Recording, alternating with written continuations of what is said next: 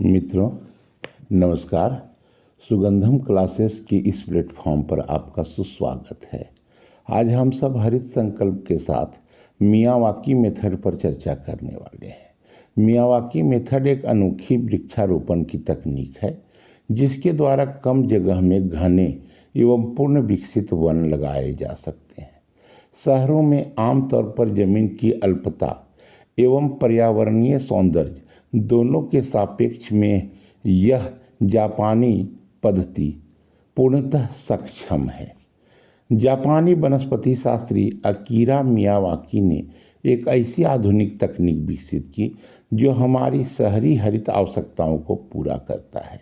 यह तकनीक पारंपरिक वन की तुलना में 10 गुना और अधिक तेजी से बढ़ता है तथा यह 25 से 30 गुना और अधिक सघन होता है, जो लगभग 2 से 3 साल में लक्ष्य पूर्ति के काबिल हो जाता है। अब हम सब इस पद्धति की मुख्य विशेषताओं को भी लगे हाथों जान लेते हैं।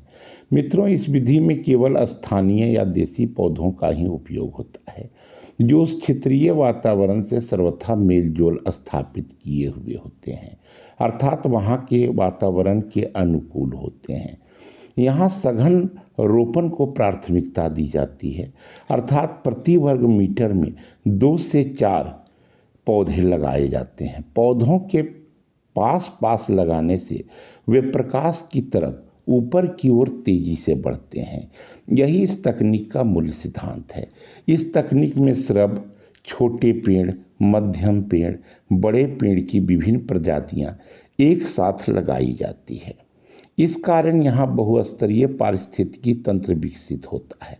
साथ ही साथ 2 से 3 वर्षों में देखभाल एवं ऊपरी पानी की आवश्यकता से मुक्त हो ये स्वयं पोषित हो जाते हैं।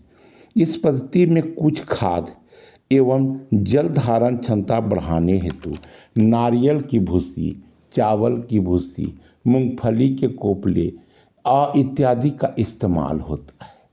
मित्रों, अब मियावाकी तकनीक के लाभ पर भी चर्चा कर लेते हैं। जैसा कि हमने जाना, यह पद्धति कम जमीन पर बड़ा एवं सघन वन विकसित करना सुनिश्चित करता है। क्योंकि शहरों में कम जमीन उपलब्ध होने के कारण वहाँ के इकोसिस्टम को बचाना शायद नामुमकिन ही होता है, लेकिन इस तकनीक से वहाँ पड़े छोटे बगीचों या खाली पड़े भूखंडों में भी सघन वन विकसित किया जा सकता है। क्योंकि इस पद्धति से विकसित वन तेजी से बढ़ते हैं और फैलते हैं, अतः हमें ज़्यादा समय देने या देखभाल की आवश्यकता नहीं होती है। साथ ही इस विधि से विकसित सघन वन के पेड़ पौधे कार्बन को तेजी से सोखते भी हैं, ध्वनि और धूल प्रदूषण को भी कम करते हैं। यहाँ समृद्ध जैव विविधता बायोडायवर्सिटी की संभावना सर्वोच्च होती है। मित्रों, औद्योगिक एवं सामान्य कचरा से पटा हुआ खराब मिट्टी वाली जमीन या बंजर भूमि में भी इस पद्धति से उपजाऊ और हरा भरा बनाया जा सकता है। अर्बन फॉरेस्ट्री शहरी हरित आवरण बढ़ाने एवं कंक्रीट से भरे दमघोटू स्थान पर श्वास लेने योग्य शुद्ध हवा को सर्वजनार्थ उपलब्धता इस मियावाकी तकनीक से ही तो संभव होता है। पारिस्थितिकी संकट आज के समाज को विकसित होने के कारण ही सामने आया है।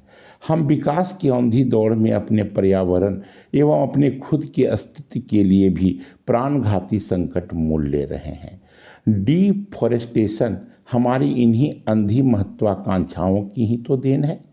ग्रीन हाउस गैस का बढ़ना, अम्ल वर्षा का होना, अतिवृष्टि, अनावृष्टि इत्यादि का आना हमारी इन्हीं कुकृतियों की ही तो देन है। मित्रों, भारतीय वन नीति 1988 के अनुसार भारत अपने क्षेत्र में 25 से 33% तक हरित क्षेत्र को बढ़ाने के लिए प्रतिबद्ध है। साथ ही साथ भारत ने पेरिस समझौते के तहत मियावाकी परियोजनाओं को आत्मसात करने को भी संकल्पित है। इसी योजना के अंतर्गत तेलंगाना सरकार ने राज्य की वनस्पतियों की समृद्धि हेतु तेलंगानाकु हरित हरम की शुरुआत की है, जो इसी पद्धति को कार्यान्वित करने पर सक्षम है। कम जगह की आवश्यकता के चलते इस पद्धति को कम से कम 20 फीट तक के छोटे स्थान में भी विकसित किया जा सकता है। परजीवी पौधों और खरपतवार से मुक्त इस पद्धति से विकसित वन क्षेत्र सूरज की रोशनी को धरती तक नहीं पहुंचने देते। मित्रों, मियावाकी तकनीक से विकसित वन में हम उन वृक्षों एवं पादपों को सुरक्षित एवं संरक्षित रख सकते हैं जो अत्यधिक कटाई के कारण लगभग विलुप्ति के कगार पर पहुंच गए हैं। मॉरिशस में एक पादप हुआ करता था, एक पेड़ हुआ करता था, तांबा लाकोक, जिसे बोटनिकल नेम में सिडेरो क्लिसनोन ग्रेंडिफ्लोरम, जो सामान्यतः डोडो वृक्ष के नाम से भी जाना जाता था। मॉरिशस में पाए जाने वाले डोडो पक्षी के साथ इसका सहजीवी संबंध था। डोडो पक्षी इसके फल को खाता तथा अपने पाचन तंत्र के माध्यम से इसके मोटे छिलकों वाले बीजों को घिसकर उसे अंकुरन युक्त बनाता था। डोडो पक्षी के विलुप्ति के साथ ही डोडो पेड़ भी विलुप्त हो गए। अतः हमें अपने पर्यावरण के प्रति अब भी अनुदार नहीं होना चाहिए। क्या पता कि किस पादप या किस जीव जंतु के साथ हमारी सहजीविता हो जो हमारे अस्तित्व को विलुप्ति का पर्याय बन जाए। हमें समृद्ध जैव विविधता का निर्माण पथ पर आगे बढ़ना चाहिए।